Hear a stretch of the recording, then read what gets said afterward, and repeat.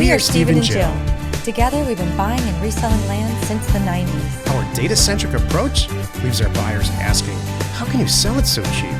Here on the Land Academy Show, We answer that and more. Steve and Jill here. Howdy. Welcome to the Land Academy Show, entertaining land investment talk. I'm Stephen Jack Butella. And I'm Jill DeWitt, broadcasting from the Valley of the Sun. Today's Jack Thursday, and I'm going to talk about how to host a successful podcast. Is this one? This is one. Oh, As good. I mentioned yesterday, we have 100,000 unique downloads a month now on the show, and Jill and I have been doing it since 2015. It's what, 17 or 1,800 episodes. Mm-hmm. Pretty much daily. Used to be 7 days a week. We went to 5 days a week a lot of years ago. And it turns out it worked. It turns out that people actually like it. So most people. Most people. Well, at least 100,000 of you. For several months in a row, we've hit 100,000. So I can safely say it's probably reasonably successful. I would concur. Before we get into it, let's take a question posted by one of our members on the landinvestors.com online community. It's free. And don't forget to subscribe on the Land Academy YouTube channel and comment on the shows you like.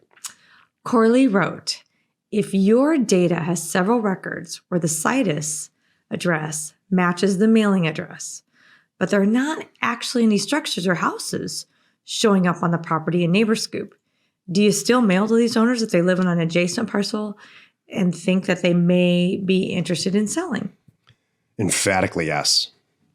Scrubbing mailers. Look, so we talked about this a little bit yesterday, and these are good questions. Mm-hmm. They're good, reasonably unique questions from people who want to know if they're making a mistake, and this is what Discord's for. Mm-hmm.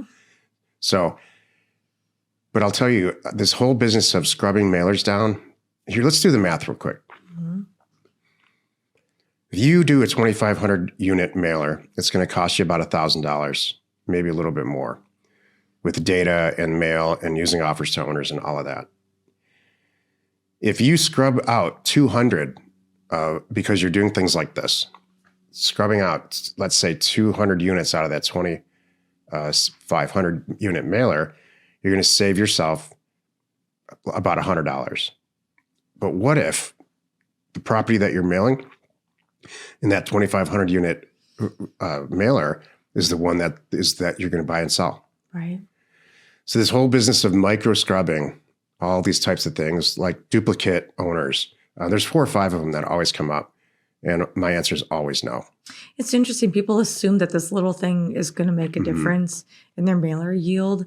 And instead, they might be hurting themselves. That's what's happening. That's and hurting the yourself. thing. You know, spread a wider net and just see what comes back is always better. And I can't even tell you how many times where I bought properties that the people, they're in a money pickle. And it's this exact situation where they live on the ranch next door and they're selling the back 40, because they need the money and they're not using it. And it's just sitting there and they can still enjoy it and look at it anyway. They just don't have to own it. And so you're going to miss that opportunity. So, I've had many people have come up to me in person and send me notes, whether it's in Career Path or wherever else, and say, all I did was follow the program exactly the way you said to do. That what you and Jill said to do, I did it every single step. It took I can save you a lot of stress and a lot of concern. Just mechanically, like a robot, follow the Land Academy program in the very beginning. Do this until you got about 10 deals under your belt, and you believe now that this is what you want to do, and you're into it. You're interested in it legitimately. Then you're gonna make as much money as you want and spend as much or as little time on this as you want. Yep. Thank you. Doesn't it take a lot of stress out of it and worry about these little details? Yep. It would for me. No, but I understand the thought process. Like, I can do this a little bit better. Maybe Jack hasn't thought of this. Trust me, he has. Isn't that sad? It really is. Because, there's a reason why you're here. He's been doing it. There's a reason why I'm here.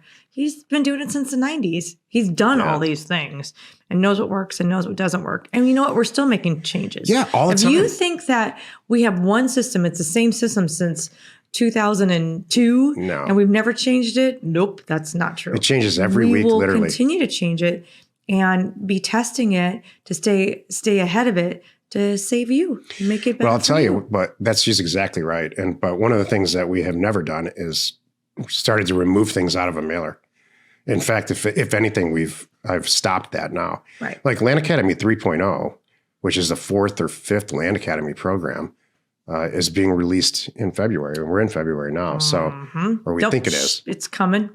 Ixnay on the 8th day. So, if the program if we never had to change anything, we'd still be working on Could you imagine? On the first cash flow from land program. It's like, you know what? These cars that were released in 1950, that's fine. Well, I don't need to upgrade or change anything. They work just fine. These programs and how we do this stuff never changes, ever. What changes every time at the speed of the internet is the tools. And so this question is a very basic question, and I'm glad it's in here, and I'm glad you asked it. But no, we don't scrub data down. Not that much. Right. Not like that. Today's topic, well, it's Jack Thursday, and I'm going to talk about how to host a successful podcast. This is why you're listening. I realize this is completely off topic for real estate, or is it?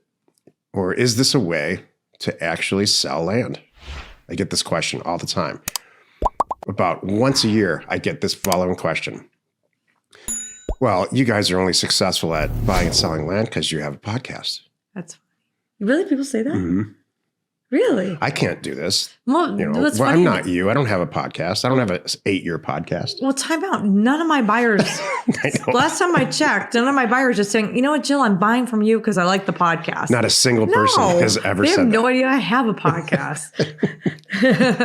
That's not who listens. So no, it has nothing to do with buying and selling real estate for us. And I mean nothing. Traditionally. But yeah, you're exactly right. It's not about that. It's educating you. Yeah. So you know how to do what we do and go kill it. So you can go find deals and then maybe need some financing and you call us and we're business partners. That's what this is all about. Yeah. You have to provide, here's a few basic rules about a podcast. Number one, you have to provide pretty good content. Pretty good. Pretty good. We use the term loosely. Well, I saw an interview with Tom Hanks one time and he said, your job as an actor is to not suck. There we go. He doesn't say, be an amazing actor. He just be acceptable and be fun on the set. Really? He says this. No, I'm sorry. I love the word acceptable. Sometimes when someone asks me, hey, what's that guy you're with? Well, he's acceptable. How's that land acquisition you're doing? It's acceptable. Yeah. How are your children? I don't know. Yeah. Barely acceptable. Ask her. That's awesome. Acceptable. You got to have some content to provide. So I use this example a lot because I'm really kind of taping it all together and regurgitating from some other thing that I heard that obviously made an impression on me. Oh. If you want to have a show about installing water heaters, there's going to be an audience for that. But you want to make sure that it's also not so boring that you want to just rip your eyes out. People do that. Yeah. I've listened to some, usually it's like financial planning. I've got a little bit into some of those, like where I start listening to it and I go, oh, I can't do it. I can't hang in there. But for some people, they like it. That's probably 3, but I don't know. There's a guy in Southern California a lot of years ago who owned a small little dealership, car dealership, a used car dealership, okay. The kind where you drive down the road and there's maybe 20 cars there, maybe. Okay. And then you drive down there the next day and there's like 15. And so he was trying to figure out why he wasn't selling cars. So he started a show. And his show was, hey, I've got this new car in and this is the price. And thanks for listening. And it wasn't working. So he called a consultant, a podcasting consultant. And the consultant said this. Look, instead of on your show just selling stuff, I see every real estate agent making this mistake. You need to stop selling whatever it is that you're selling, whether it's cars or houses or whatever. Like in the old school traditional way of sales, hey, I've got this thing and it's $1,300 and this is that's long gone. What you need to do is provide information about what's happening in the industry, whether or not, let's say, so this guy's changed the show and he started talking about how much cars are selling for in his area, what the fastest cars are that are selling, the ones that he can't keep on his lot, and he did it in a fun, interesting way, and it to the point where people who listen to the show in that area thought of him when it was time for them to go buy a car. And it completely turned his company around. So you have to, in our case, half of this podcast works because, you're probably here because you're listening, or you're interested in buying and selling land, but we're not sitting here directly selling you anything. We're just telling you how we do it, and half of it's sharing with you how Jill and I fail and succeed as being business partners together, or fail and succeed at stuff in regular life, like emptying the dishwasher. I hope that we do that. I think that we provide a lot of content for people that aren't in our world at all. They are not land people. They may not even be real estate people, but they're business people, or they're entrepreneurs, or there's some nugget that they get from that. I'm sure that's going on. So you have to identify with your audience too. And there's a lot that's been written about the so-called avatars. Who's your target market? I'm not a huge fan of this. I know you're not. I think people will find you. It's not going to happen quickly. That's true. But I'm not going to sit around and say, I don't sit around and say, well, our avatar is men. A pilot. Yeah, or men from the ages of 35 to 60. Yeah. Who with 3 kids have a graduate degree, or that's whatever. I don't.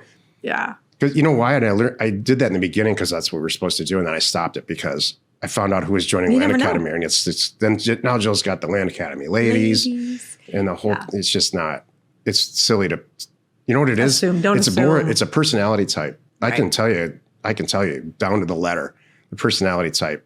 Who cares about age? Who cares about gender? I don't care about any of that stuff. But the personality type, the people that succeed anyway, are almost all the same. Should we save that for another show? Well, it's a very technical engineering type personality. Or driven. Or, which is me, or it's Jill.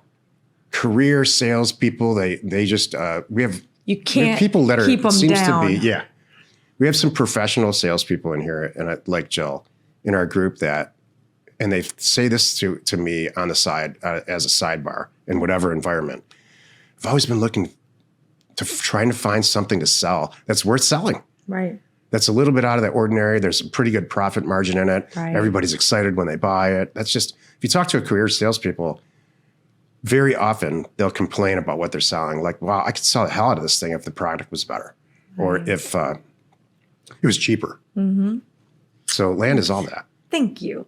If you need access to any sort of ownership or property details, including owner phone numbers and FEMA flood map overlays, please check out parcelfact.com or neighborscoop.com. Created by investors, that's us, for investors like you. Happy you could join us today. Wow, I used to end it, huh? Yeah. That's it? Did you have more you wanted to share? Yeah, I could do like 10 hours on how to have a successful podcast. We'll do that next week. I think that'd be great, sweetheart. Make sure you choose the right partner. I'm questioning that right now. Yeah. Again, happy you could join us today. 5 days a week, you can find us here on the Land Academy Show. Tomorrow's Jill Friday. She's going to talk about land, love language. You are not alone in your real estate ambition. Okay, ready to go. What are the points, the last points you wanted to make? No, that's all right. It's fine. I'm just totally joking around. Okay, good. All right. That's cool. I should put a whole thing together on podcasts because I think people really miss the mark. I listen to some new shows once in a while, and it's just like, no, geez, you guys should have done a week's more research. Oh, exactly. Hey, what's land love language about? Well, we'll tell you about it tomorrow. By the way, do you need to send out a few thousand offers like us? Check out offerstowners.com.